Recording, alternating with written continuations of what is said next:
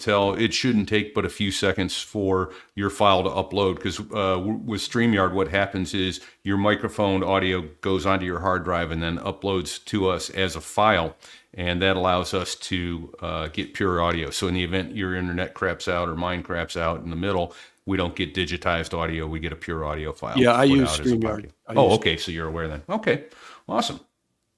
Yeah. Awesome. All right. And then we'll also want to talk about your music, in addition to your writing, and obviously flying. So we'll go with that. I think we're ready to kick off the show. That's not a tanker. Hold on a second. What? That's not a. Oh, wait a minute. That's not a tanker. That was him. That was him. That's not a tanker. They were trying to join on a buoy in the med. Bo. Call sign Bo. That's it. Ring a bell? There's probably a couple Bows, No. No. Okay. It must have been a West Coast guy. There you go. He was. I think he was a West Coast guy. Yeah, he was. So, okay. Let's start recording. And here we go.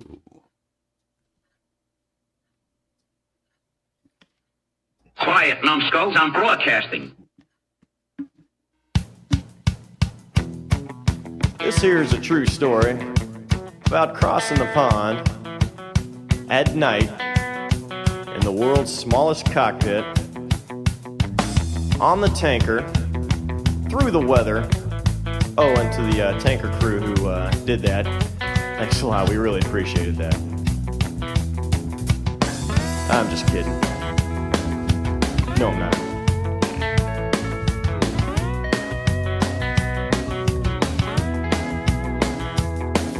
Well, there I was, crossing the pond, and you could see that I wasn't exactly fond of all the...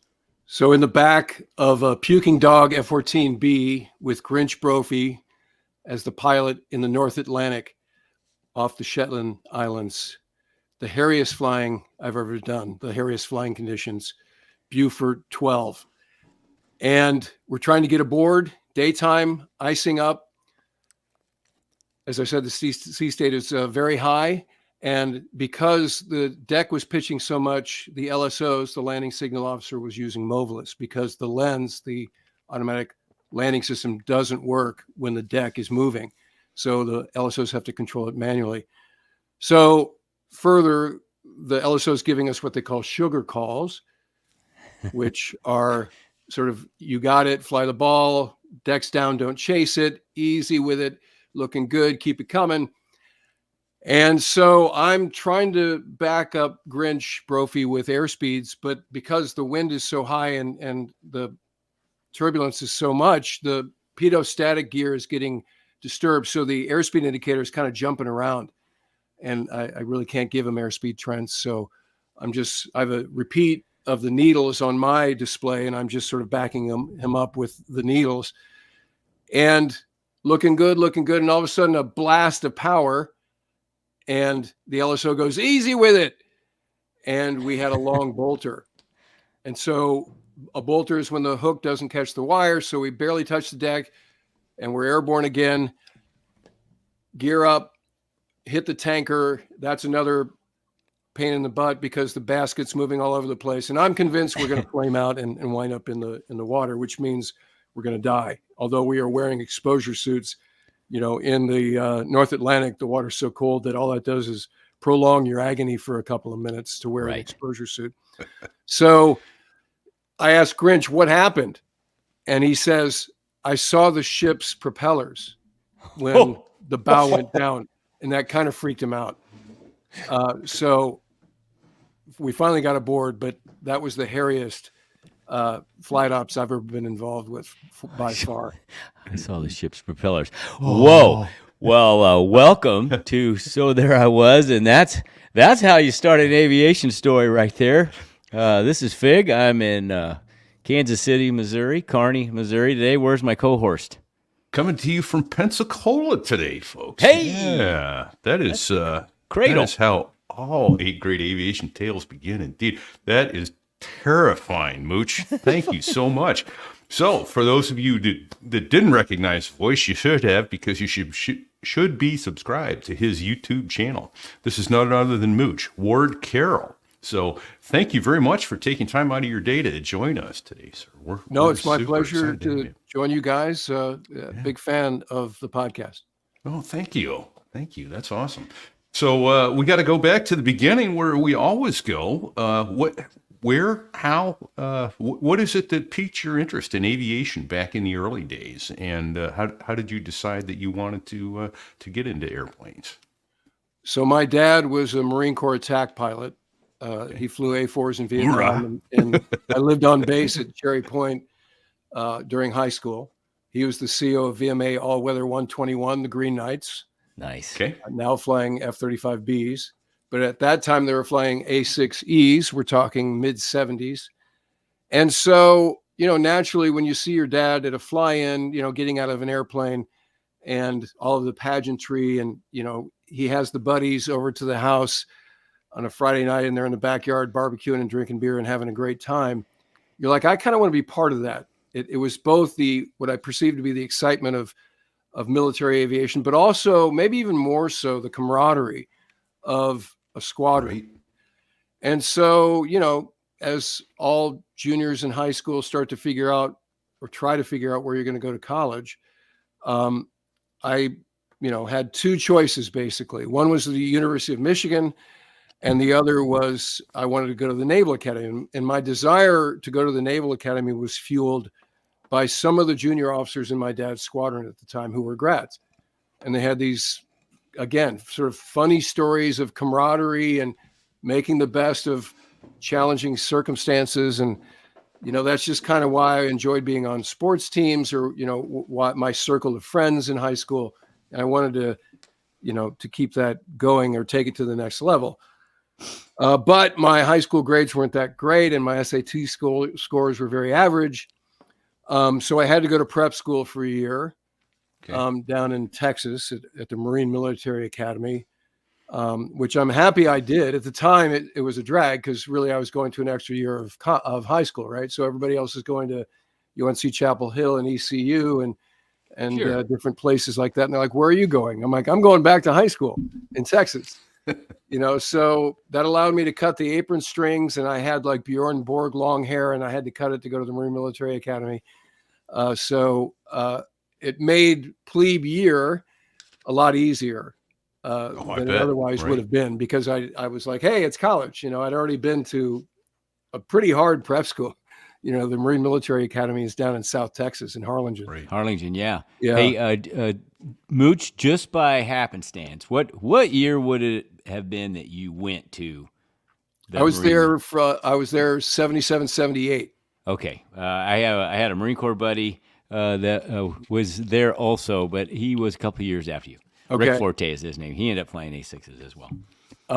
Amazing school. It's actually no longer in the Naval Academy's prep school program, which breaks my heart, but it did everything I needed, and again, plebe summer, I don't want to say it was a joke, but between being raised by the great Santini and doing a year of prep school, getting yelled at by, 21, 22-year-olds, it was like, whatever. That all you got? Yeah, I've had Marine gunnery sergeants chew my backside. Yeah, exactly. Right. The instructors at the Marine Military Academy were all retired gunnies and sergeants major with backstories like Chosin Reservoir and stuff like that. Oh, geez. They were amazing guys and tough. And so, I'm glad I did it again. At the time, it seemed like a bummer, but it worked out great. So went to the Naval Academy. Very much enjoyed going to school there. And, the challenge was not flunking out. It wasn't really the military side. And identified with being a mid, Okay. And so when you are a senior, a firstie, it's time to pick a warfare specialty. And one of the good things about the Naval Academy is you get really like intimate access to all the warfare specialties over the course of your 4 years, more so than certainly ROTC. And so I was lucky enough to fly in the back seat of a Marine Corps F4 in Kaneohe. I flew with VMFA 235, the Death Oh, Angels. sweet. Okay. And so the other thing that happened during my junior year, my eyes went bad. I mean, I noticed that I was looking at the board and I'm like, I don't think I can see that well. So I went down to the dock there and took an eye test. And I'll never forget it. He wheeled around and he goes, well, you're not going to be flying. He basically said, you're not going to be a pilot. And that was, obviously in my dad's footsteps. That's kind of was my want. Yeah. So now it's like, okay, am I going to be a surface warfare guy? I couldn't be a nuke because I wasn't smart enough. When I went to the Naval Academy, you couldn't go right into special operations. You had to be a surface warfare officer and get your SWO pin, and then maybe they'd let you be a SEAL. It's not how it is now. Okay. And, I didn't want to be a grunt. So this Marine option cruise that I took, we took amphibs from San Diego to Pearl, and then got off and went across Oahu to Kaneohe and spent a month, 2 weeks with the ground guys, including recon, and then 2 weeks with the aviation side, one with an H-46 squadron, 1 week with an H-46 squadron, and 1 week with the F-4 squadron. So by the end of that, I was super psyched on not just naval flight officer, but also Rio. And I was like, I seriously, and ironically, flying with the Marine Corps fighter squadron, and they were getting rid of the F-4. So, Rios were going away in the Marine Corps. And so it convinced me that I wanted to be a Tomcat Rio. And so that's what I picked, or I picked NFO, did pretty well in flight school down in Pensacola, which I love your city. Repeat and hope to get down there to do some episodes at the museum before too long. Sterling's invited me down for that. Nice. And my good friend Hoser Miller lives down there as well. And he's on the channel frequently. He was the LSO who kept me off the ramp, by the way, on Eisenhower in that North Atlantic operation. But in any case, really took to the aviation, business in the T2. Back when I went through VT10, the first airplane you got in was the T2 Buckeye. No prop planes, just jump right into a jet and do the squirrel cage. And I loved the feeling of G, which I'd been exposed to in the F4. Never got airsick and just was, aero adaptable. And that's awesome. Kept my wits about me, sounded good on the radio, could navigate upside down and take notes. And, I just took to that environment. That's sort of the intangible of being an aviator, as we know. And so thrived, and when it came time to select, I was naturally going to pick the Rio pipeline, went to VT86 as a Rio student. And then it's just a matter of what coast you want, because the F4s were all gone. They weren't sending guys to F4s anymore. They still had the squadron in Japan, or two squadrons actually, 151 and 161 on Midway, but they weren't sending anybody there anymore. And so I was an East Coast kind of guy. Virginia Beach sounded awesome. Sure. So I wound up going to VF 101.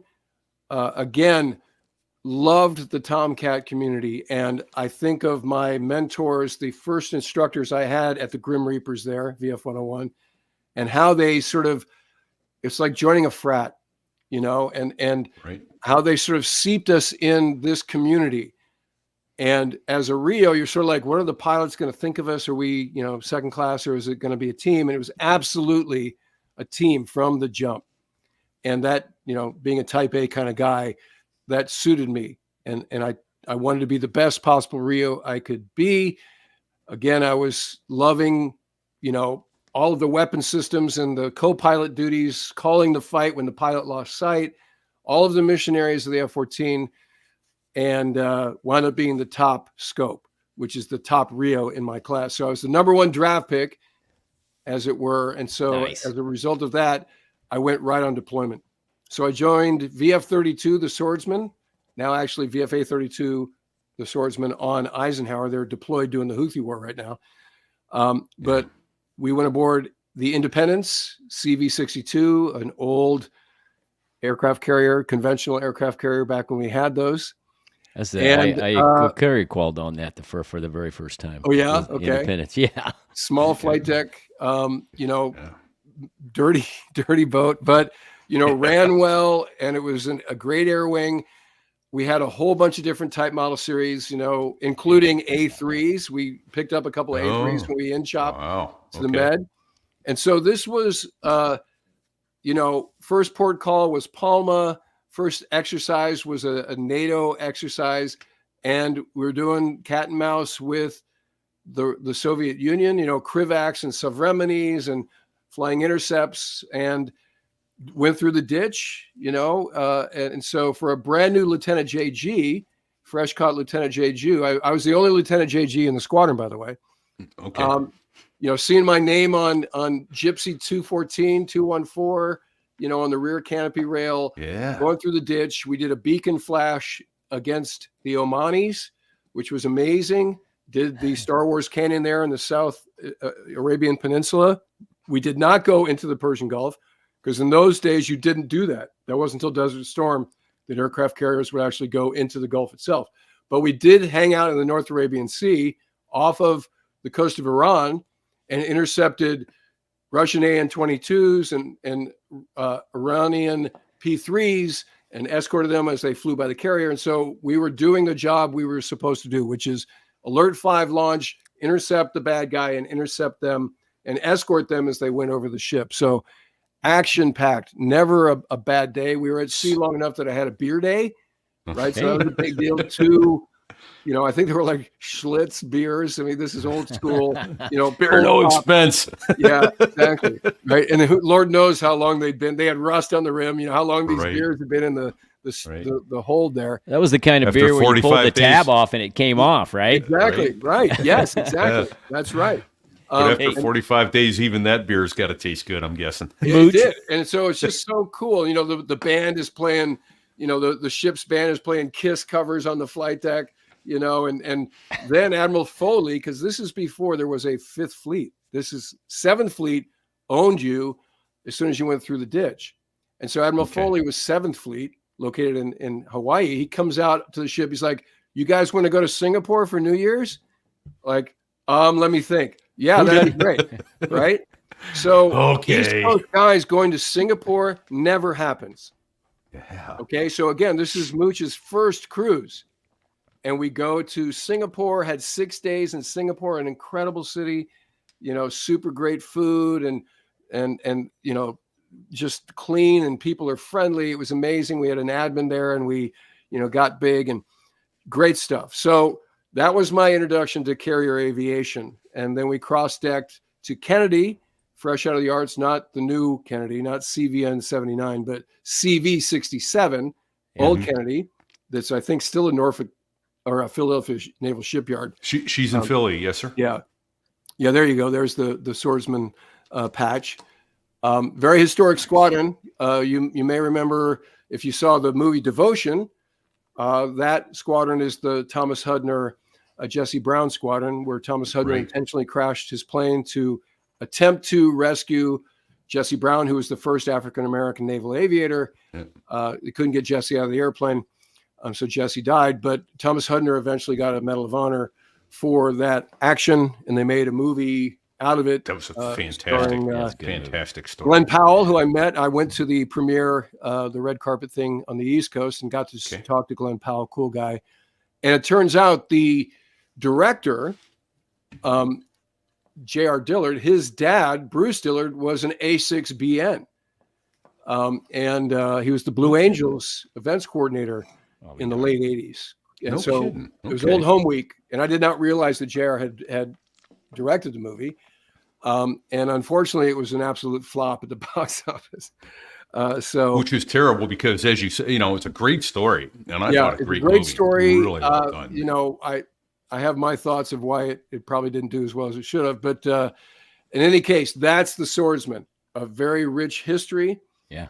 The Swordsmen also were the squadron that, in the second Gulf of Sidra incident, shot down the MiG-23s. Go out of Libya. I can't get a freaking tone. Which Yeah. I've broken that mission down on an episode, if people want to check it out. So I had just left the squadron the year before and watched that on CNN. I was an instructor at Pensacola and got home from VT86, a day of teaching Rio students, and it was on CNN. I was like, okay, that's Beads, that's little Tommy Foster, that's you knew everybody. yeah, that's That's Munster, and that's Leo de Rio. And Rio de Rio kind of commandeered the airplane, and was shooting sparrows. And the greatest line in that whole thing is where Beads goes, "Oh Jesus," right when his Rio is firing sparrows, kind of against his will, which is a Rio. I'm like, you go, boy. But it's kind of funny knowing all the personalities there. Beads is a great guy. He was the XO when I left, and then he obviously fleeted up to be CO. But anyway, that was VF-32. So we did the Kennedy cruise, and that was a uniquely med cruise, just all med. We didn't leave the med. So hit a lot of ports, a lot of all the way from Haifa to Benidorm, Spain, a lot of French ports. My then girlfriend, now wife, came over and I asked her to marry me in Nice on that deployment. Oh, there you go. Which was super You romantic bastard, you. super romantic, right? Hey, I know how to do it, right? Got style. Curveball was falling off the table there.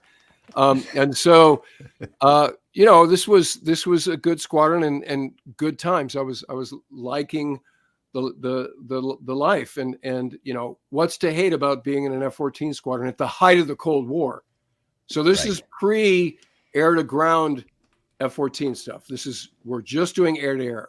All right, Mooch. So, I gotta get a couple of questions in here to get time. Same. Your first squadron, your first cruise. What year was that? That was 84, 85. 1984, 85. Okay. You said ditch. I know what you're talking about, and so does Repeat. But for our non-naval aviator cruisers, can you define ditch? Yeah, the ditch is the Suez Canal. I'm sorry. No worries. That's okay. The Suez Canal, we call it the ditch, right? And do I understand you went back-to-back cruises on the Independent and then the Kennedy? You guys did back-to-back? That was we had a turnaround cycle. So was that 6 months or 18 months? No, it wasn't quite 18 months. So, the interdeployment turnaround cycle, you just sort of get a little bit of time off. They kind of take all your airplanes and give them to the other squadrons that are going on cruise.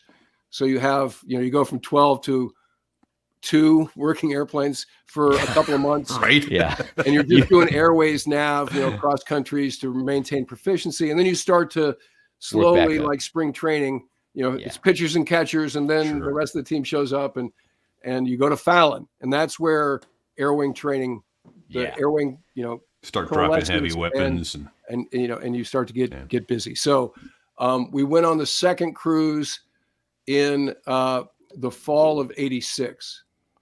So that was post Top Gun movie. Yeah, Top Gun came out. In fact, I got back from a workup period in May of '86, and my girlfriend or my fiance, right, is like, "You want to go see this movie Top Gun?"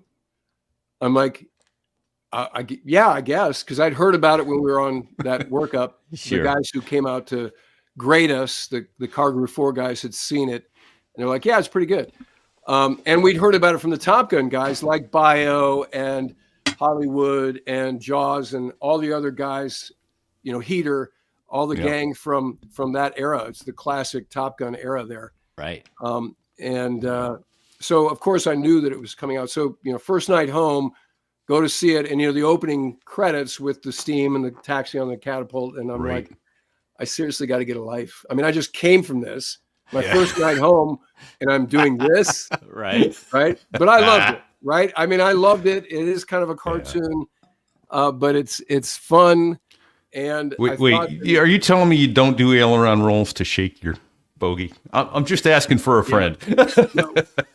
Obviously it's I've made a cottage industry out of pointing out the technical errors and the inaccuracies of Top Gun, the first one. But I've talked to Jerry Bruckheimer. I know Heater well, and I had him on the channel a few months ago talking about that era. I mean, it's part of my life, right? It's part of my DNA. Right. I was in a fighter squadron when it came out. The O Club was standing room only on Wednesdays and Fridays in Virginia Beach at Naval Air Station Oceana as it was at Miramar, even more so. Yeah. So what's to not love about Yeah, what's being not like in the about top that? consciousness, right? Right. So yeah, And we know that you played volleyball without a shirt on a lot yes, at we the do beach. Yeah. all the time. Yeah. Yeah, it was like, hey, you guys, Oh. we got to fly the jet. Stop playing the volleyball all the time. Yeah. Two other quick questions before we move on. So you also mentioned beacon flashing. Was it the Omanis, you said? Yeah. So that was an Okay. exercise against Okay. the Omani Air Force that took place over the southern part of the country, which was amazing. It was like, for Star Wars people, it was like Tatooine. It's the crevasses, and there was a Star Wars canyon. It's the different than the one in the States. It was amazing. So you dive into that thing and just do the terrain following, and it was amazing. So the Omani Air Force had two types of airplanes, Hunters and Jaguars. And half of their pilots were expat Brits, mercenary British guys. I'll be darned. And so those guys were pretty good pilots, and they loved to go low. You'd think you were low, and they would go under you. So we did really super cool dogfighting and low levels, and it was a great exercise. So we got to do that. I don't know if it exists anymore, but it was a signature event back in those days. Oh, very cool. Okay. And then the other question I had is, what year did you graduate from the boat school? 82. Naval Academy. 82. Okay. Yeah. Nice. Nice. All right. I'm trying to think. Yeah. So I'm like 2 years behind you. I finished in 84. I wasn't at the Naval Academy, but I'm trying to think of friends that were in there. But we'll get to that post show maybe. But so Nasty was a year ahead of me, right? Okay. And Ted Carter and Slapshot. Okay. Okay.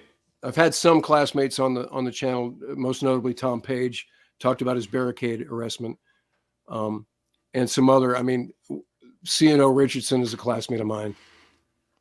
Terry Dietz, who was on Survivor a couple of seasons, he's a Tomcat guy. He's a classmate of mine. Okay. Okay. Well, in all of those, we get the question we always ask is, funniest or scariest. And when we stumped a guy, I went, okay, did you ever grab the handle? Were you ever unlucky enough to reach for the ejection handle, and even more unlucky to actually pull it?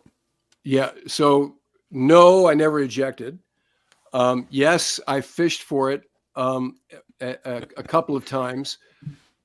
Sometimes you'd have a cat shot where you weren't at night, where you weren't sure that the pilot had it. And again, good front backseat coordination was good. Single engine cat shot in the A could be kind of sporty.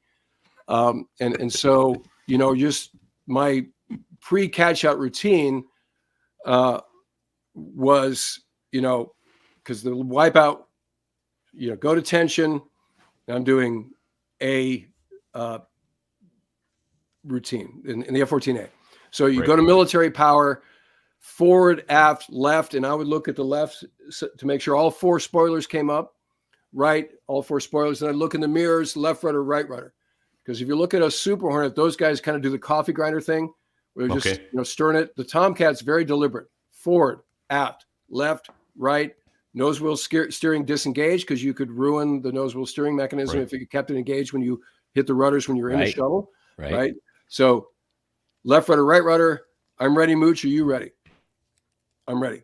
And so I'd look over at the shooter, because this is back when they would be on the flight deck and not in the bubble, right? Because we're on conventional carriers that don't have bubbles. So the shooter's on the flight deck, give me this, and he's pointing all around. Pilot salutes. He returns the salute, does another check. And then I would find the handle, right before the shot. Yeah. And so the shot on the Indy, particularly on Cat 4, was not a linear shot. It was a cannon. And inevitably it would jump the radar system, because the IMU would get all screwed up. Yeah. And you'd launch, and all of a sudden my screens were all black. Like, oh, this is really going to be fun, this flight where I don't have anything, So you would beg not to be on Cat 4, and eventually they got it, and they wouldn't shoot us off Cat 4. But, if you've never felt a cat shot, the analogy that I use, some modern roller coasters, if you have one that starts like from a stop that goes, on a linear acceleration into a loop, that linear acceleration starts to replicate what a cat shot feels like.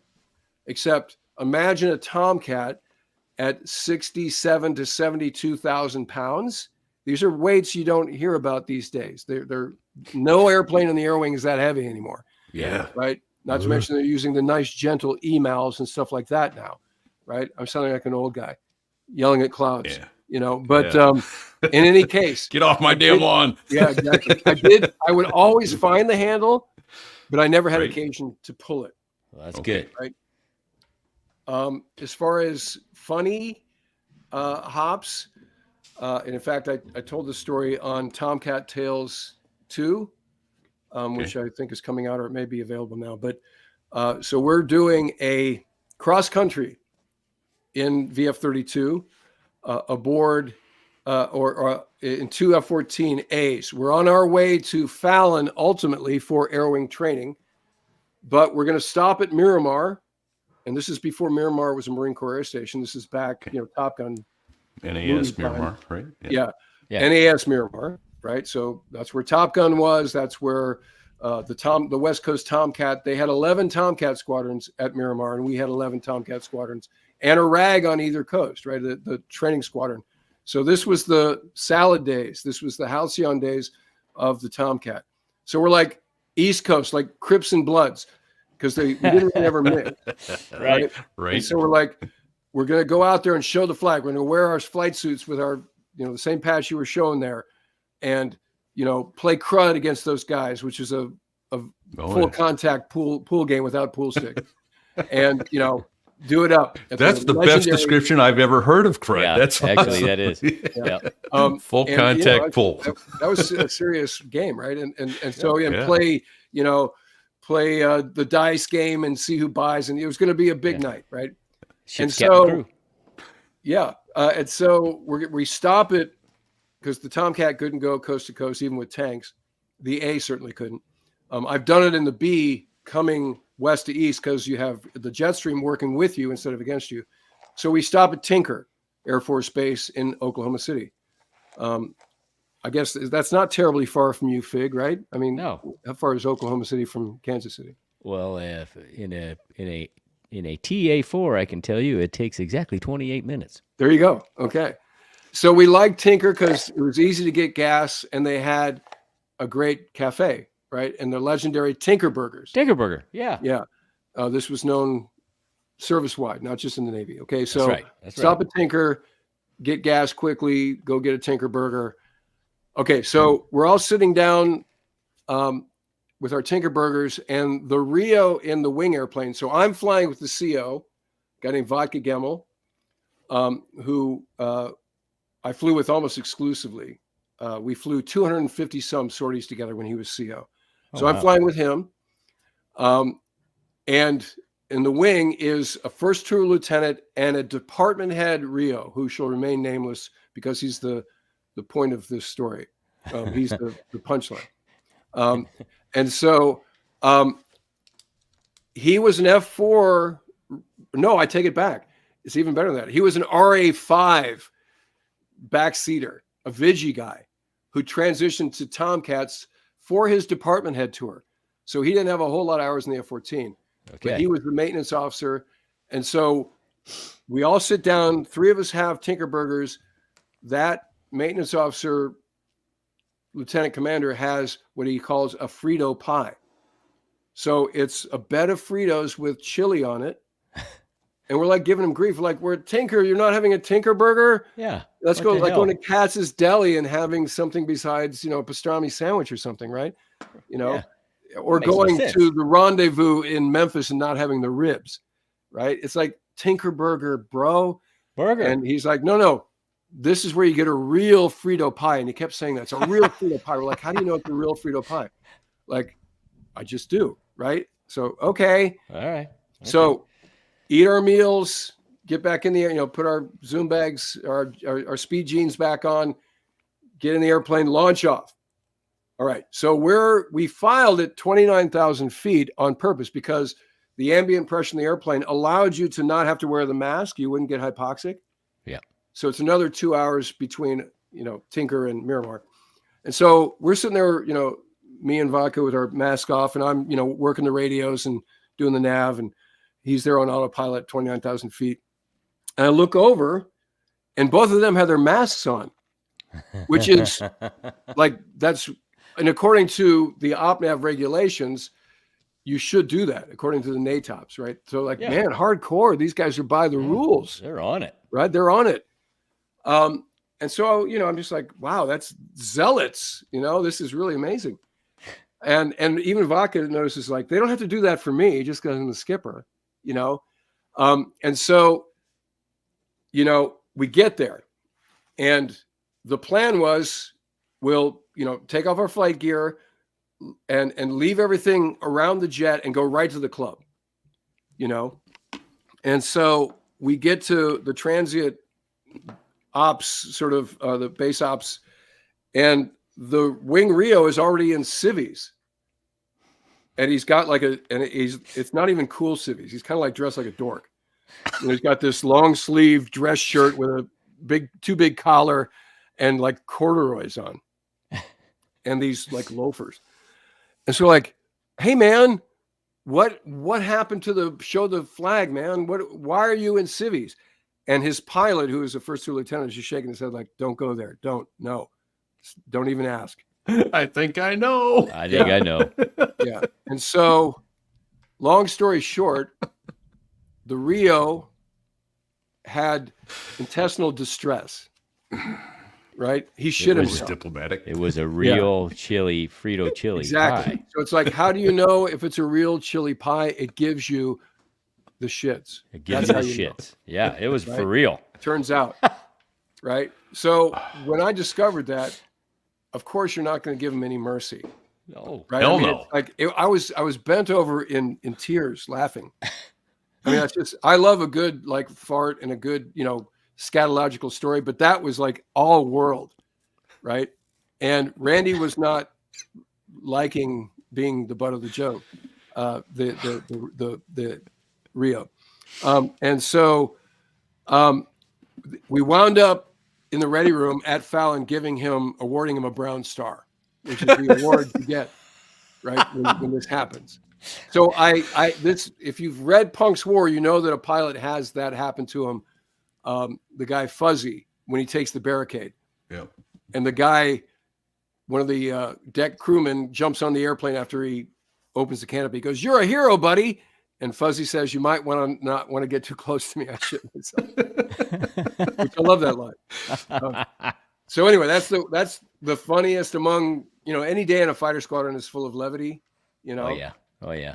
Scariest beyond that hairy day in the North Atlantic was we almost had a midair over Morocco with an F-15, flying with a pilot that I didn't get along with that well. And he was a problem child, and he was passed down to me.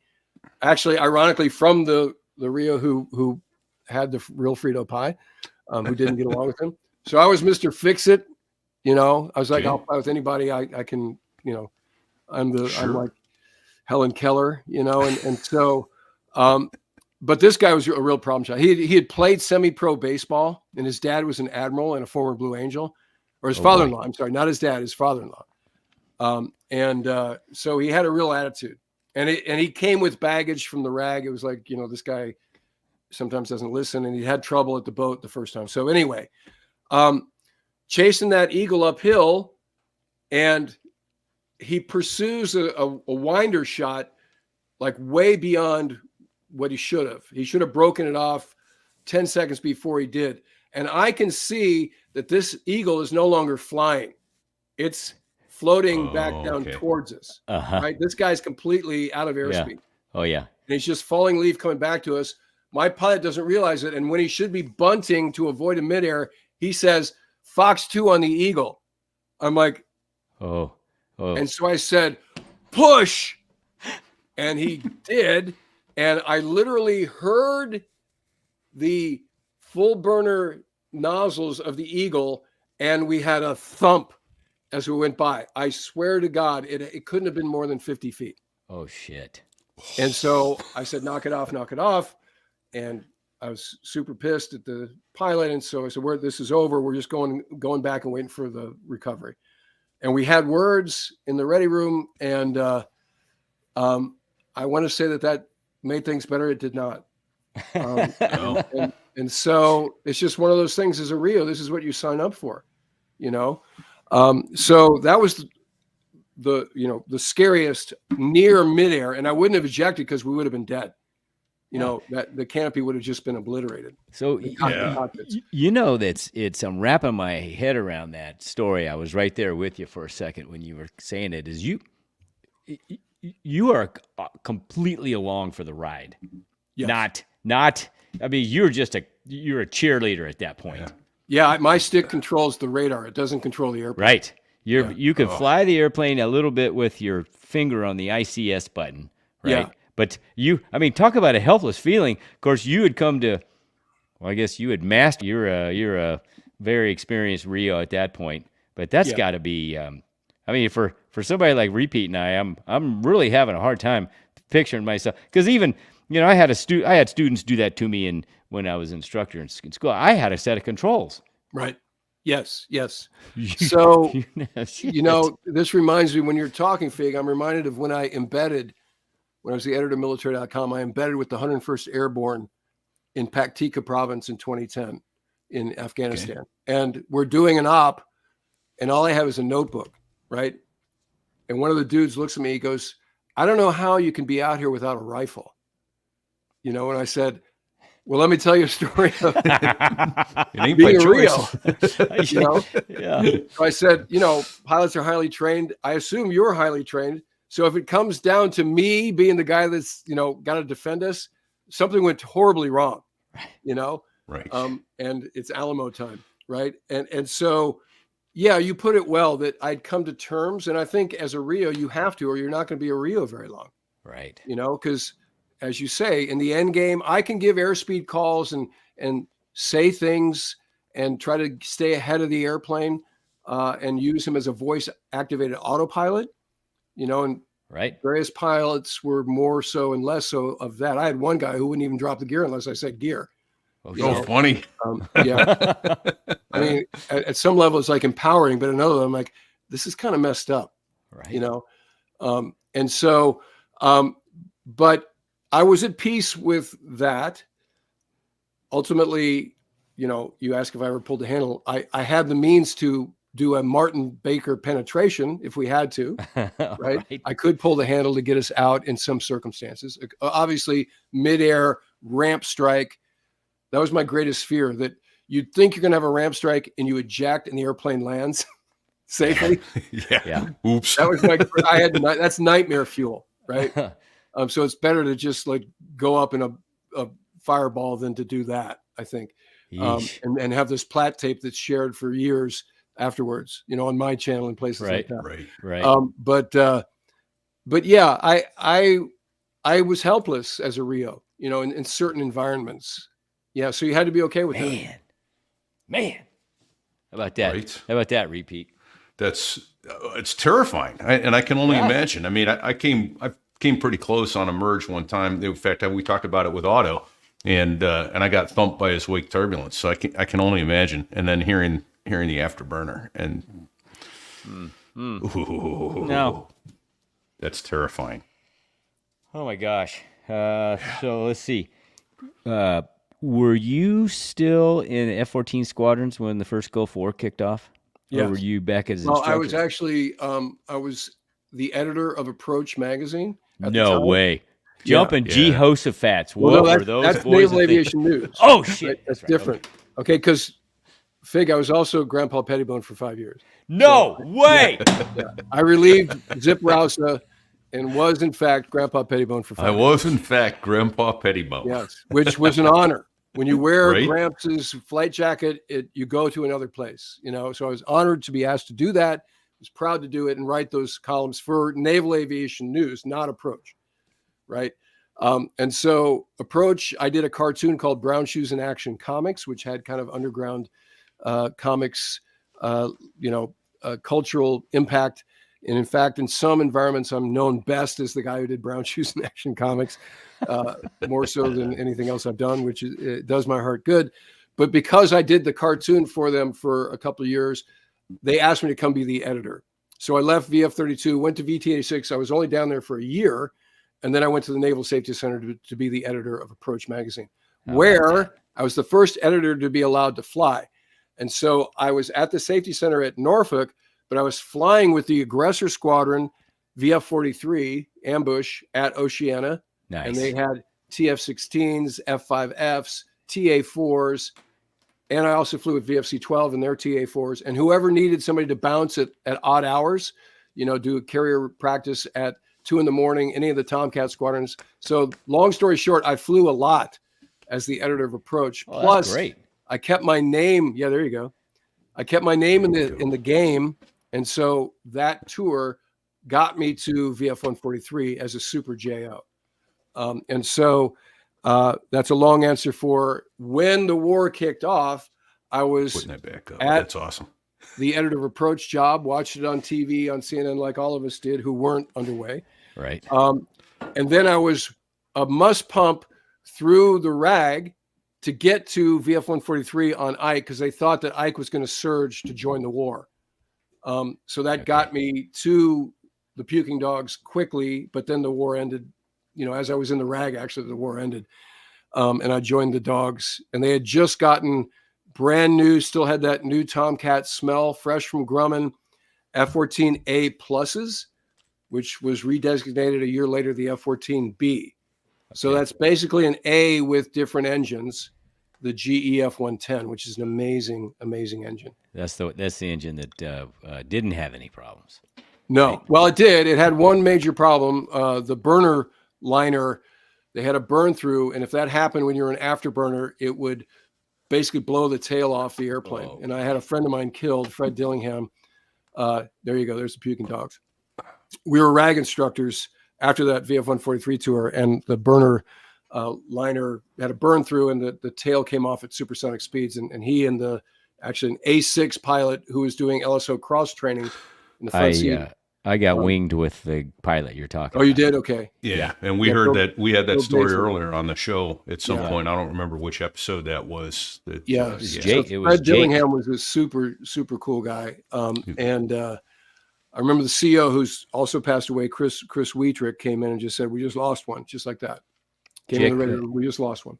Jeff Jacober. Jake. Does that name sound familiar? Pilot. Again, I think that must be a West Coast guy. He was a East and a West Coast guy. He was a I never served with Jeff. Yeah. 86 or 87 Academy graduate. Okay. Well, we were in the community at the same time. I'm sorry, I don't. That's never what I served. thought. I got winged with him. Okay. Yeah, we got to the Gulf, right? So this is the second time through the Suez on my first nuke boat. So now I'm on Ike. Okay. Remember, Ike's on cruise right now as we're speaking. Yes. So I'm talking about Eisenhower was already kind of an old ship, right? And this is 91, 92, right? So we go to off the coast of Kuwait. And so we go through the Bab el-Mandeb, through the Straits of Hormuz, into the Persian Gulf proper. And so I'm kind of freaked out because my first cruise, that was the no man's land. You wouldn't go into the Gulf, right? Right. So now we're here, and there's not much reaction time with Bandar Abbas and Bushehr and the other naval bases along the coast of Iran. And meanwhile, the country we've just been at war with is like right there. And so it's pretty close quarters. So this is pre-Operation Southern Watch. So there was no fly zone over southern Iraq that I did subsequent deployments. This was just flying over Kuwait, and Kuwait was still on fire. The oil fires had not been put out. Right. Yeah. And so it was eerie because the sky was this. If you see any of those pictures of like any airplanes flying over the oil fires, Oh yeah. they have eagles and vipers and tomcats, and there's a Right. cool puking dog picture that I just used for my Most Beautiful Jets episode of that. That was the deployment that I was talking about that we were on with these brand new F-14s. But the sky was brown, black, and Kuwait is flat, flat, flat, and the fires are burning. It looked like hell. Oh yeah. And they hadn't cleaned up the wreckage from the war. And so the highway to hell still was strewn with vehicles. The bridges were still blown out. It was kind of like showing up the morning after a really wild party that you didn't go to. Right. You know, Yes. you're like, this looks like this must have been pretty crazy. Right. And guys who were vets were like, yeah, it was awesome. Because some of the guys on Ike had cross-decked from especially the Hornet guys. So this was also my first cruise with Hornets. And that was a whole new ball game. So we were the gas critical jets in the early days of my Navy career, right? Right. A Hornet is like a Tomcat with 6,000 less pounds, right? Oh, And so shit. they all of a sudden in the mobility tag note, they're down at 1,000 and 2,000 feet, and we're like, you can wait, guys. So that took some getting used to. And so, but you know, Legacy Hornet was a cool airplane, and we had a Marine Corps squadron with us as well. Oh yeah. And so that was a good time. Yeah. So there you go. That's a good example. That's a VF-213 airplane. You can also see in that image, they have the probe door pulled off. Yeah. So the other thing that this was an introduction to me was tanking from KC-135s, something I hadn't done heretofore. Right. And so Without a You know, retractable drogue either, right? it didn't have a retractable drogue, right? So what you do is you stick what we call a donkey dick Yep. at the end of an Air Force probe. So just for the unlearned who are listening, the Air Force system is the tanker is the male, the receiving aircraft is the female. The Navy is 180 out. The tanker is the female. The receiving aircraft is the giving aircraft is the male, right? So you need a drogue, a big basket on the tanker if you're going to get gas from a Air Force tanker. And so they modify. Some of their tankers have both Air Force booms and drogue assemblies like the KC-10. But otherwise, on the KC-135s, they just stick this rubber hose with a basket on the end of it with no take-up reel. Yeah. Right. And so you have to plug it, and then you have to fly form on what we call the knuckle, which takes some getting used to. It's called the Iron Maiden. And so people would lose a lot of probe doors because you'd hit it and miss it, and it would rip off the probe door and hopefully not FOD the right motor. But skippers started preemptively taking off the probe doors just so they didn't get bent. You know, so that image you just showed there, Fig, you can notice that 213 airplane already is missing the probe door. So anyway, that was a sporty evolution. Pilots would get used to it over time, you know, and so when you hit the basket and nighttime, you know, it was the level of game ramps up a few notches. Right. Doing it.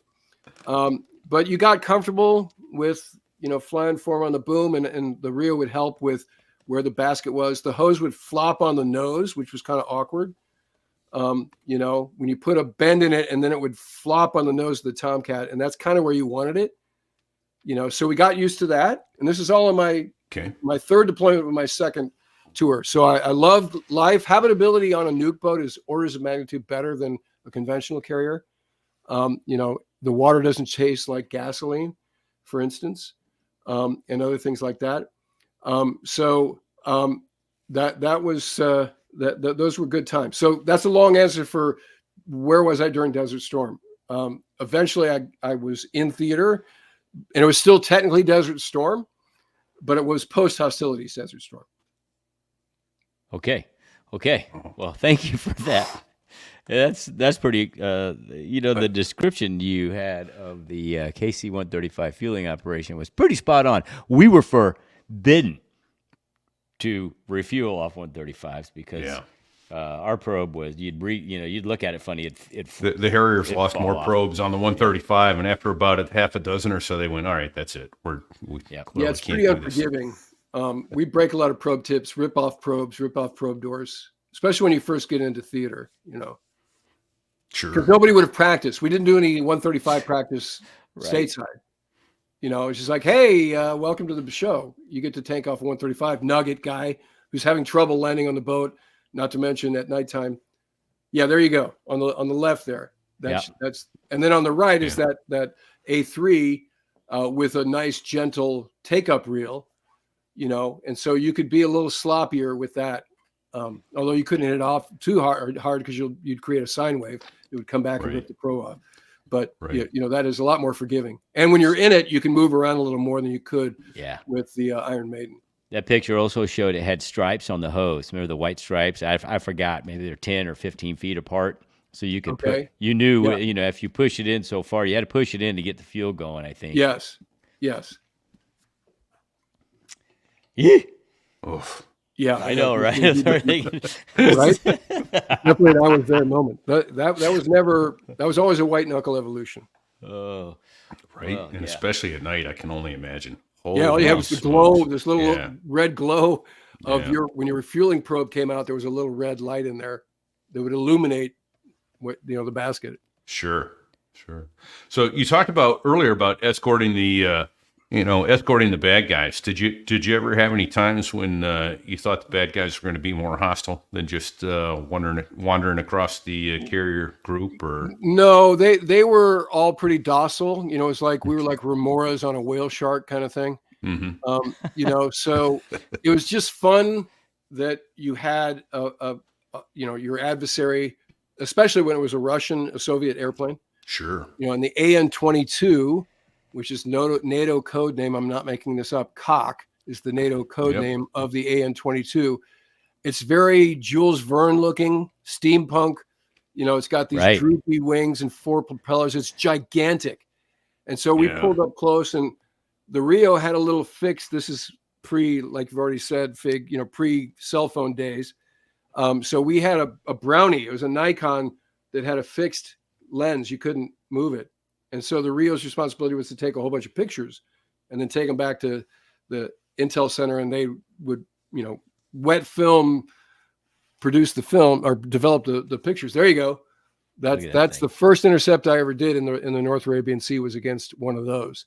Yeah. And that was actually the largest airplane before the C-5. That was the largest airplane in the world. Yeah. And the only reason I know that is I shot some great film out of there, out of Almaty, Kazakhstan one day. Those guys took off right in front of us, big 4 engines, counter-rotating props, and it was 12,000-foot runway, and I bet he took 11,800 feet to get off. So they're cruising around at 200 knots or whatever. Yeah. And so they were coming from Karachi, going to somewhere on the east coast of Africa, Djibouti, I think. And so we would launch on the Alert, and this was fantastic conditions for the F-14 and the AWG-9 radar. Over water, so there's no ground return, and gorgeous day. So I had like 150-mile contact on this guy, nice. And we're getting the E2 giving us the vectors, and so we joined on him, taking pictures, and so we got close enough that we could see the dudes in those little windows, Yeah. And they had like those leather football helmets on, their flying helmets that they use. Okay. Right. And so we would, for these very occasions, bring Playboy magazine. Right on. And so centerfold, and they're like, thumbs up, love you, no lie. Right.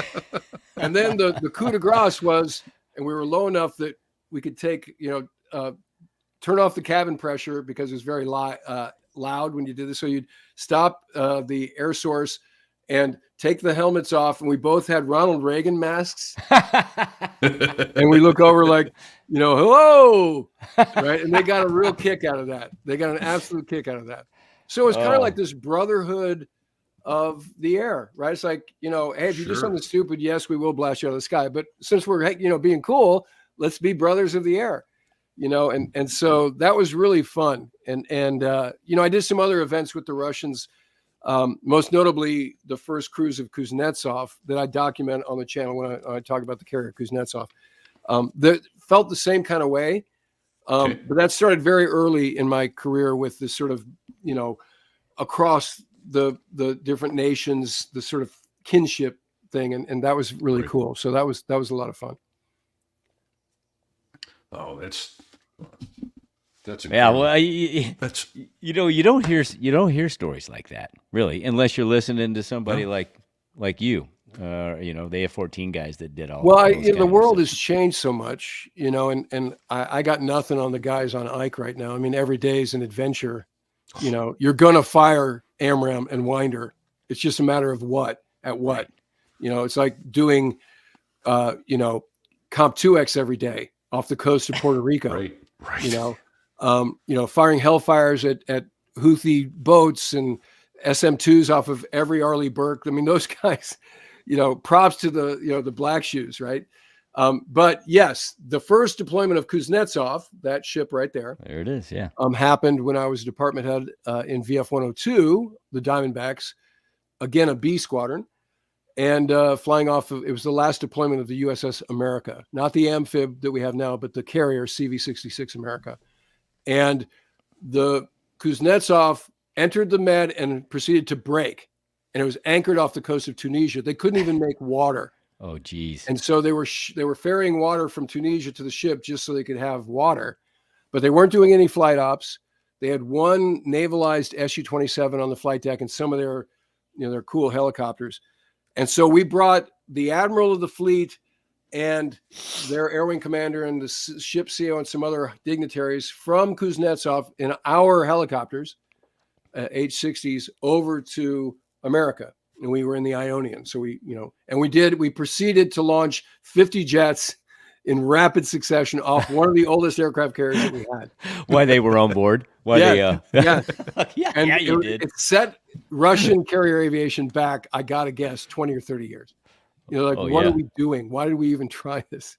It was the greatest. And the battle group commander was a guy named Bill Cross. Hulk was his call sign. And he was a Tomcat guy, very type A American.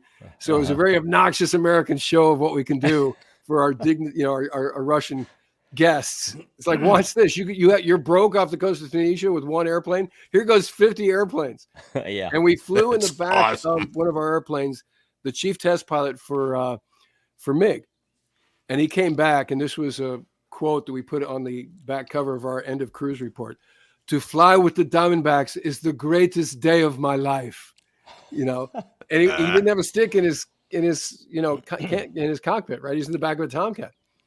And he loved it.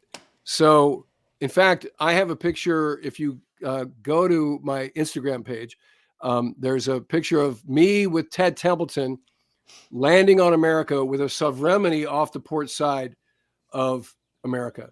It's a beautiful image. If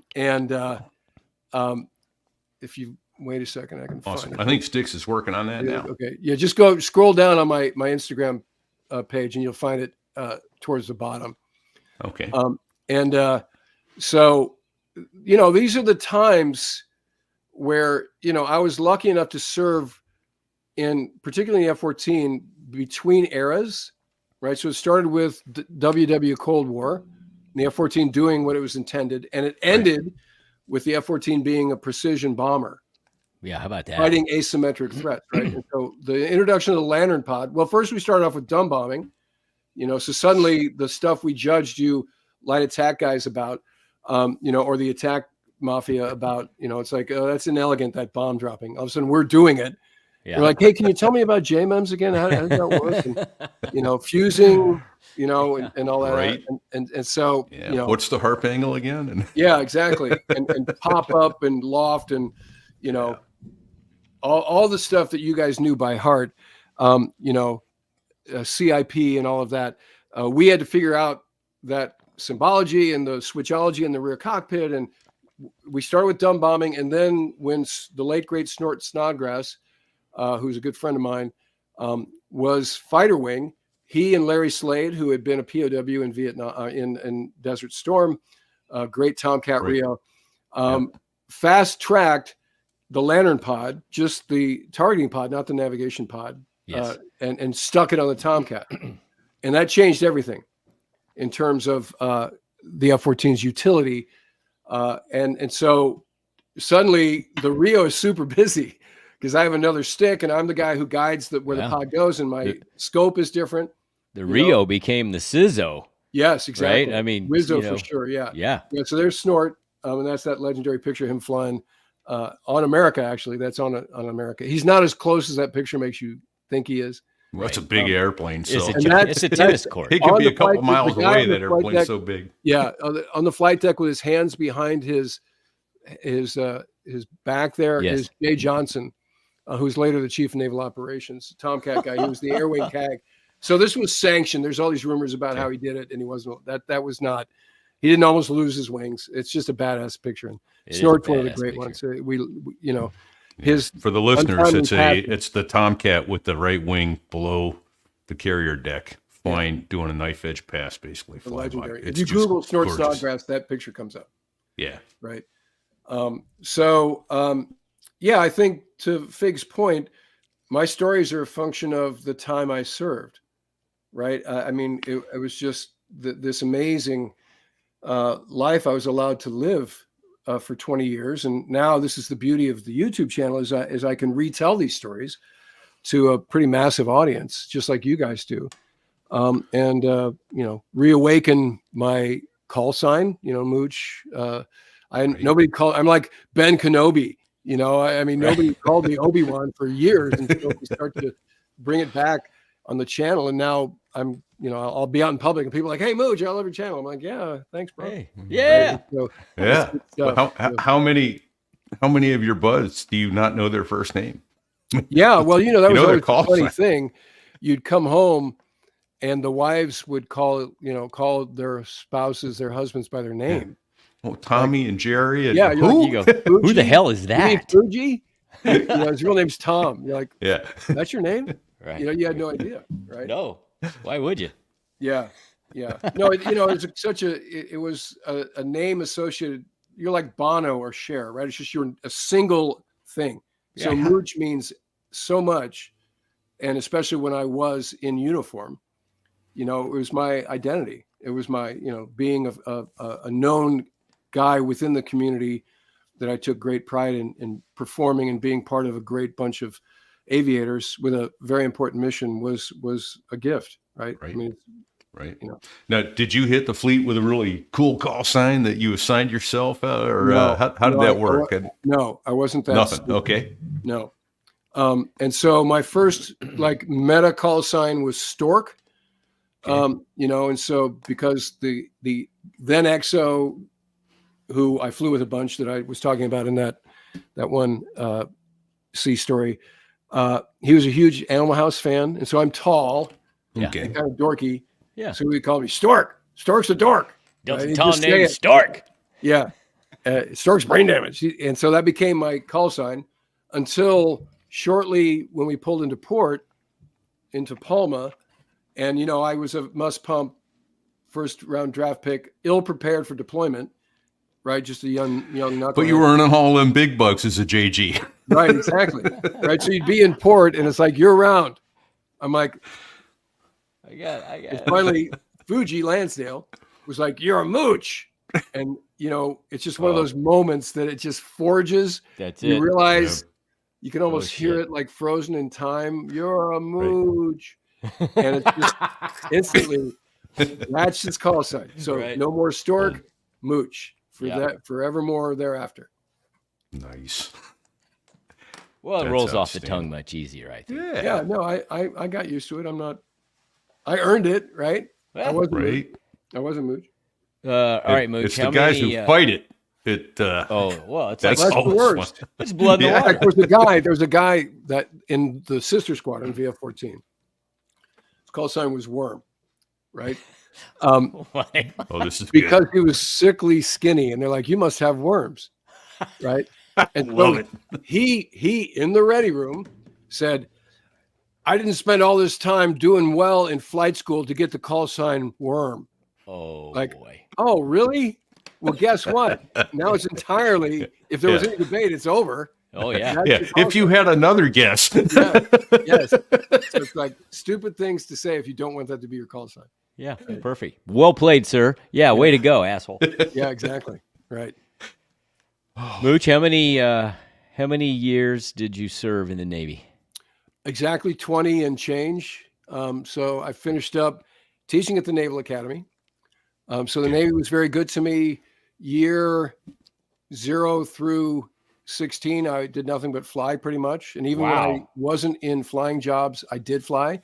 So as I said, I was the editor of Approach, flew with the Aggressor Squadron. I was aide to Air Lant and flew with Air Lant, who was Tony Less. He's CO of the Blues and amazing stick. So we flew everywhere, mostly in F-14s. So he was an A7 guy, and I went in rag instructor mode when it came to wing sweep and stuff, because sometimes you'd get a little confused with where's the Spider detent.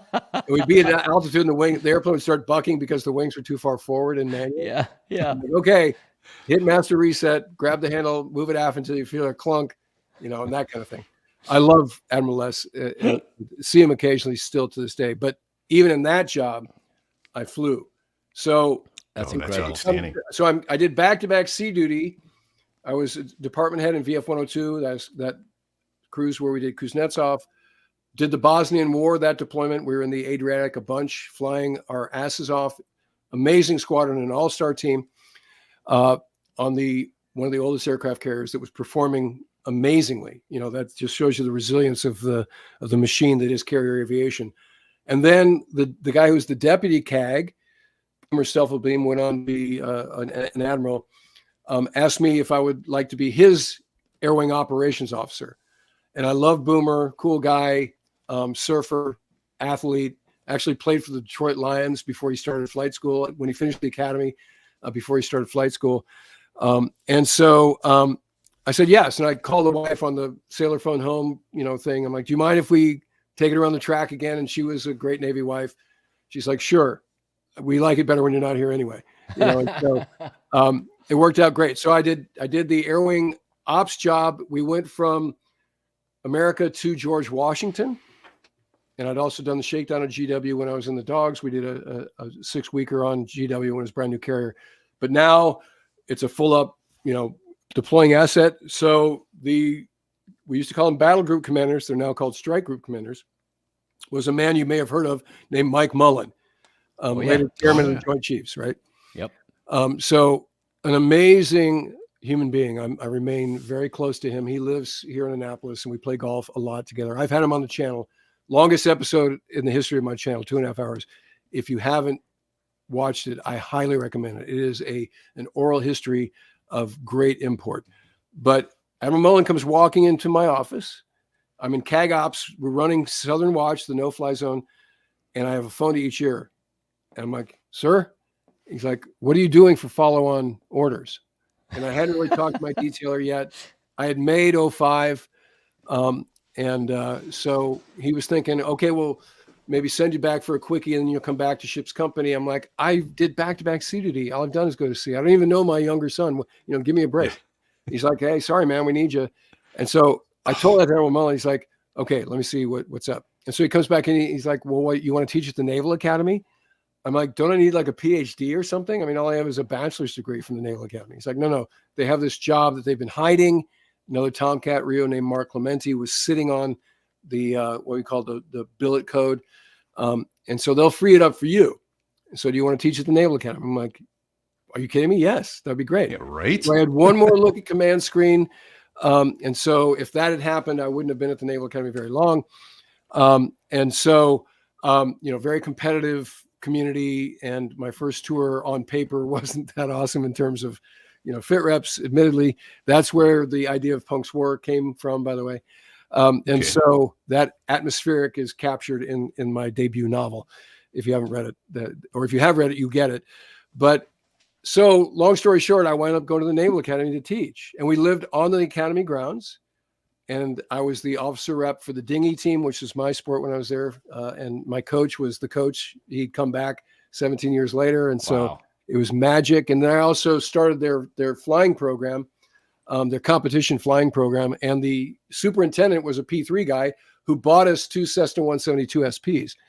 And we had unlimited gas. And some of the mids were, flight instructors, and it was amazing. So I taught those guys how to do breakup and rendezvous and act like a squadron. I'm happy to say that all of them got jets that year that went aviation. They all got jet grades. And one of them, Jay Consalvi, is in the movie Speed and Angels. If you've seen Paco's movie Speed and Angels, Jay is one of the mids that was on the flying team. So it was a very cool. Again, I have Admiral Mullen to thank for putting his finger on the scale for those orders.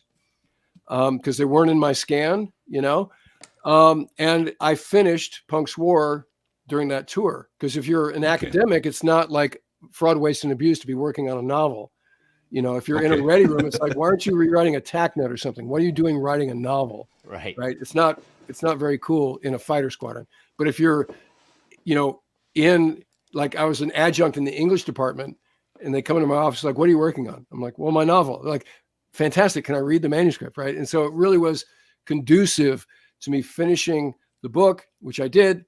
And Naval Institute Press wound up publishing it a year later. And the rest is sort of my post-Navy life. Yeah, there's Jay right there. That's him on that, the cover of the Speed and Angels DVD. Oh, that's great. A cool movie, by the way, because Megan is the female aviator. I knew her as a mid as well. And she's an awesome human being. And Paco is a cool guy too. So again, all these people, I've had them on the channel in various forms. And this is the beauty of what I'm allowed to do now on YouTube, which is really another gift. Oh, very cool. So, yeah, and we'll mention it again near at the end, but so you've written the trilogy. It's the Punk's trilogy: Punk's War, Punk's Wing, and Punk's Fight. Yep, that's the body of work I'm proud of. Okay, they hold up. That was, I think everybody, if they take the time and have the fight with themselves, which is the way I write, they have a book in them. I had 3 in me, and so. I'm proud those books hold up. Obviously, they're still selling 22 years later, and 23 years later. The other two are forgettable. I mean, the 8 is kind of a fun book. Militia Kill is a piece of junk. It's terrible. It's a terrible book. That's what happens if all those movies you've seen of a guy having writer's block and all the emotional turmoil. Because when you're writing a novel, you have to live with the world you've created. You've got to live in it, right? So I'd wake up and I'm like, I got to hang out with these assholes all day long that I don't like, right? And so I went to my agent, who's still my agent, a guy named Ethan Ellenberg up in New York. And I said, Ethan, I don't think I can finish this book. He's like, okay, then turn in the advance. I'm like, funny thing about the advance, it's already spent, and so I thought it was like J.K. Rowling, where I could just like slide the deadline like a year out and they wouldn't care. They're like, no, you're not J.K. Rowling. So I delivered it, but it's not awesome. So I love the Punk's trilogy, and I'm glad, like I said at the outset, I'm very happy that the YouTube channel has created. Don't buy that book. It's, well, you don't hear that very often. The first half is okay. The first half is okay. The second half is a bad, Pulp Fiction novel. If only you'd have had an infinite number of monkeys on an infinite number of typewriters to finish it for Bob you, Newhart, right? Yeah, that's a great Bob Newhart sketch. Yeah, but the first 3, I put my heart and soul into them. And each has a different personality, and I love them each for different reasons. I think the one that could be most easily made into a movie is Punk's Fight. And we've tried. It's been optioned a few times. My man, Arnie Schmidt, who's a real IMDb kind of guy, has tried. We took a meeting with DreamWorks that ultimately resulted in nothing. So as hard as it is to get a book published, it's like a million times harder to get a movie made of your book. Wow, I can only imagine. So I'm happy to have had the opportunity and had it optioned a few times and seen that process. Because people are always like, why don't you make it into a movie? I'm like, I have PTS on trying to get it made into a movie. But anyway, yeah. So that all happened. The Punk's War was finished while I was at the academy, and that informed what I was able to do in my post-Navy life, which is be in the digital media space, which kept me in touch with the military, and I became less parochial when I was dealing with all services and all warfare specialties within all services. Like I said, I embedded with the 101st Airborne in Paktika province, and also went down south to Bastion and hung out with, and went to Kandahar with the International Coalition and interviewed McChrystal right before he got fired in 2010. And now that's when you were the editor of military.com? Yes. Okay. Yes, which remains the biggest military website on the planet. And so I was in social media. So the idea of a website, you'd obsess about your homepage layout. Now nobody cares. But in those days, everything mattered a lot. and heat mapping, and all of the HTML and CSS, and I learned how to do all of that. The founder of military.com is a naval aviator named Chris Michael, who's an entrepreneurial genius, who brought me aboard. I was unqualified for the job, and he gave me some tough love for the first year there. It's like working for Stephen Jobs. And my learning curve as a result of that tough love was steep. And so I was there at military.com for 9 years, got poached to leave San Francisco and go to Hollywood, and became the editor-in-chief of wearethemighty.com, which is founded by 2 MTV execs. And Paul Zoldra, who's the founder of Duffel Blog, and he was the editor-in-chief of Task and Purpose. He was my executive editor. We lived together in Hollywood, which was crazy. The office was literally under the Hollywood sign out there. So that was a cool introduction to that world. And we grew We're the Mighty very quickly, and left that to help a friend who I wound up firing here in Annapolis with her spouse website that got acquired by Task and Purpose, by Zach at Task and Purpose. And I like Zach, but I didn't want to work for Zach. So I wound up going to the Naval Institute, who published Naval Punks War originally, and worked there for 5 years on a bunch of stuff, including their media space. We founded with Bill Hamlet the Proceedings podcast, which remains there. And in the meantime, I started the YouTube channel as a proof of concept to grow the Naval Institute's YouTube channel. Right. And it had the audacity of exploding and taking over my life. And so I quit the Naval Institute 2 years ago to pursue the YouTube channel full time.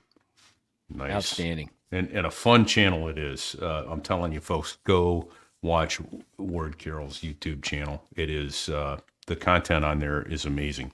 I first actually ran across you when you did the,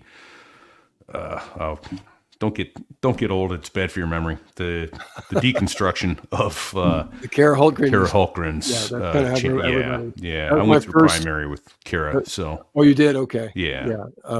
I had done Hawk missiles before I went to flight school, and we went through primary together. Okay, And, okay. Yeah. Sweet so gal, that's really been- liked her, but she got put in where. No, she it was, yeah. So I've bad. come at that a number of different ways. Yeah. I know a whole bunch of guys who were in 213 at that time. It was an unfortunate circumstance. Yeah. But that was my first episode to go over 1 million views. It's nibbling at 4 million now.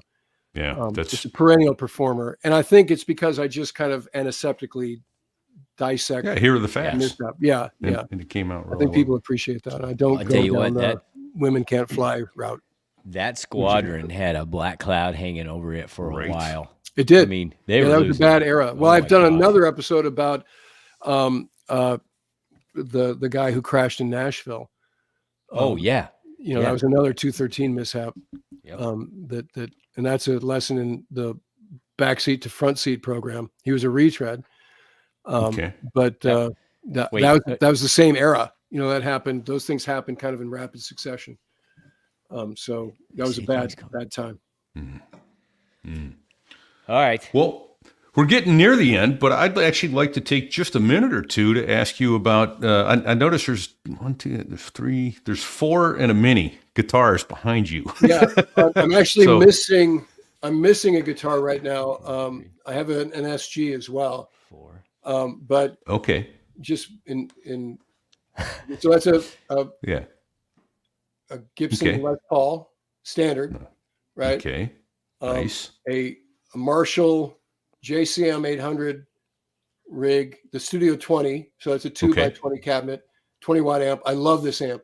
It's incredible. That's just a standard Fender mandolin. I can only play one song on mandolin. Losing My Religion is the only song I can play on mandolin. Nice. All right. And that's a mini acoustic that we bought in Tennessee just because it looked cute. Okay. It does play. It does play.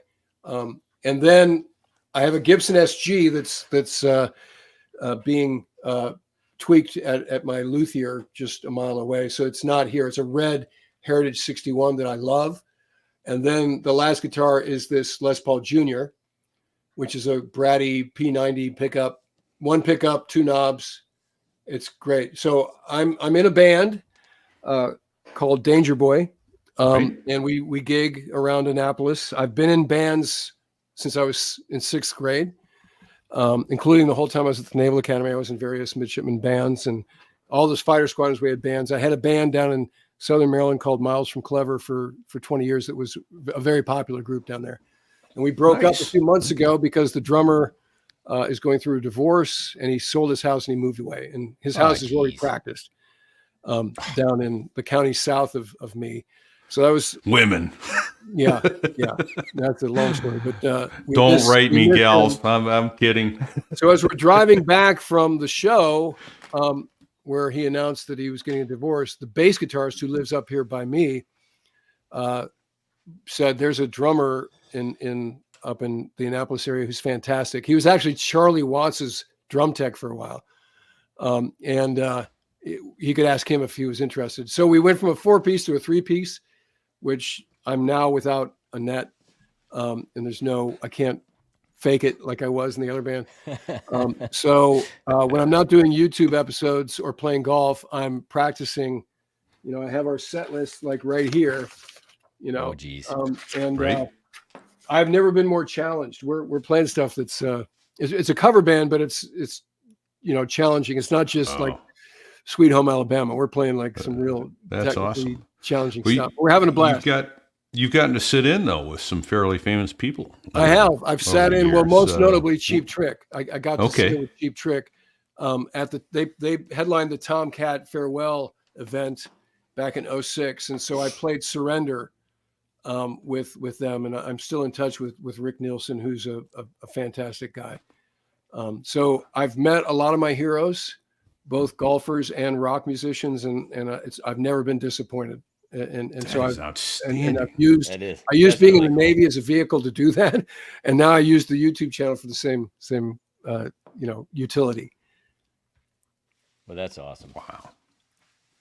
Yeah, so much fun. Wow, awesome. Well, we've taken a bunch of your time this afternoon, so I think it's probably time that we begin to land the airplane. That's easy Land for me it. to say. All right, you guys got to do it. I'll just do right. this. Yeah, there you go. Yeah. Hey, your arms will get tired. Let's do the landing checklist. Let's just- I'll listen. On the rails. Well, we're going to need your guidance, I'm sure, and any good pilot would take it. So, there you go. Well, I'll give it, even if you're not going to take it. Right. There you go. Well, first of all, thank you for your service. Absolutely Yes. appreciate your service Mooch. in all the forms that it's taken over the years. And but folks, go out and get Punk's trilogy, Punk's War, and Punk's Wing. I'm sorry, Punk's War, Punk's Wing, and Punk's Fight is the Punk's trilogy, available on Amazon.com. The aid is also good. Do not buy Militia Kill. No, don't. Never Or heard buy an it- buy author it and say, burn it, so it's don't not buy in their the- book. in That's the- awesome. Aftermarket system anymore. Let's get rid of those. Yeah, but available on Amazon.com. So, but yeah, and we need to, in addition to thanking you, obviously, thank all the veterans, thank all the active duty military, and the families who go through so much sacrifice. And I will say that take a personal moment here that I attended day before yesterday a remembrance. I did not go to the funeral for a gent by the name of Jack Casey, Marine CH-53 pilot who lost his life about a week and a half ago out just east of San Diego. He was from Dover, New Hampshire, about 2 or 3 miles north of where I live. Graduated from the same high school as my daughter, and young Marine captain gave his life in the line of duty along with 5 other Marines. So those families are all sacrificing, and they've sacrificed a lot for this country, and our gratitude goes out to them, and words can never begin to express that amen. that Well gratitude. said. Yeah. So Well said. Well said, sir. yeah, We need to say thanks to Dave Hamilton, absolutely. right? Dave Hamilton, Mac Geek Gab, for making all this happen for us. The Gig Gab, the Business Marine. What else has he got going on over there? Well, he's the man behind BackbeatMedia.com, who handles all of our advertising and got us the bandwidth, courtesy of CashFly. So if you wanted to write to us, Fig at sothereiwas.us. Repeat at sothereiwas.us. If you really want a good answer, Sticks. And so there I was, .us, because Sticks is in the background. I can see him over there. He's actually the brains behind the operation. Him and Bago. He's making it all happen. He's actually the gent who managed to reach out to Mooch on our behalf and bring him in for us. So Yeah, well so done. thank you, Well done, indeed, sir. Sticks, and you and Bago both. So yeah, if you want to get some of the cool merch that we have out there, go to sothereiwas.us/merch and get yourself a bikini. Summer's coming up, right? Mooch, I rock the bikini. You should see doubt that a it. bit. Close your eyes, plug your ears, Mooch. You don't want to hear this. You don't want an image you can't get rid never of. get that vision out of your mind. I wouldn't do that to you, sir. Not at all. Oh man! Let's and see. then help us out. Yeah, rate us. Give us a rating. If you're not giving us a 5-star rating, tell us why not, and we'll fix it because we're trainable. I mean, look at us. We're morons, but we're trainable. Crayon eating window like Marines. Although I'm a little concerned, Mooch, when you said you flew with one pilot that wouldn't put the gear down until you told him to put the gear down. I'm still scratching my head on that. I'm thinking that's just something. It is, well, yeah. Eventually, he became more autonomous, but there was a point when I realized that he's too much voice activated autopilot. But that was the exception. Too funny. Yeah.